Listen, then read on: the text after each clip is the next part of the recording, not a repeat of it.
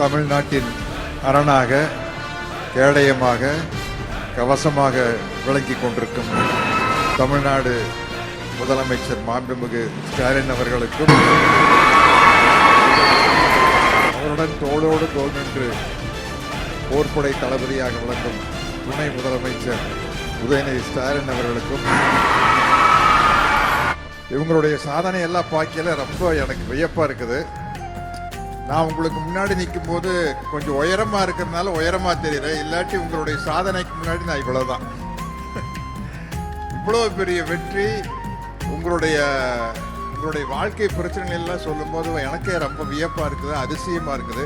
எந்த அளவுக்கு மனதைரியத்தோட நீங்க உறுதியோட வாழ்க்கையில உழைச்சிருந்தீங்கன்னா இந்த அளவுக்கு வந்திருக்க முடியும் அப்படின்னு நினைக்கிறேன். ஏன்னா எனக்கு இது புரிஞ்சுக்க முடியல. நான் கொஞ்சம் வசதியான குடும்பத்தினுடைய பின்புலத்திலிருந்து வந்ததுனால உங்க கஷ்டங்களை எல்லாம் நேரில் பார்த்து தெரிஞ்சுக்க முடியாது. நீங்க சொல்லும் போது எனக்கு வியப்பா இருக்குது. எப்படி இந்த அளவுக்கு தைரியமா இந்த மாதிரி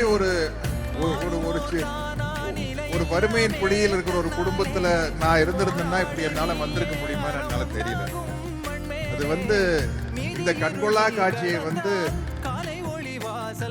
பார்ப்பதற்கு இங்கு தந்தை பெரியாரும் அண்ணாவும் முத்தமிழறிஞர் டாக்டர் கலைஞர் அவர்களும் இல்லையே என்ற வருத்தம் தான். ஏன்னா அவங்க கண்ட கனவுதான் இது. உங்களுக்கு தெரியாது, இது இதனுடைய திராவிட மாடல் அரசு, திராவிட சித்தாந்தத்துக்கும் உங்களுக்கு எல்லாத்துக்கும் கடவுள் நம்பிக்கை இருக்கும், அது தனி விஷயம். ஆனா உங்களுடைய முன்னேற்றம் என்பது இந்த திராவிட சித்தாந்தத்திலிருந்து தான் ஆரம்பிக்குது. அது 100 வருஷத்துக்கு முன்னாடி நீதி கட்சி காலத்திலிருந்து ஆரம்பிச்ச விஷயம். முத்துலட்சுமி ரெட்டி அப்படிங்கிற ஒருத்தர் தான் ஒரு மிகப்பெரிய சாதனை படைத்த முதல் பெண் மருத்துவர். அதுக்கப்புறம் மூவலூர் ராமாமிர்தம் அம்மா அவர்கள் ஒரு மிகப்பெரிய புரட்சியை செய்து பெண்களுக்காக பாடுபட்டார்.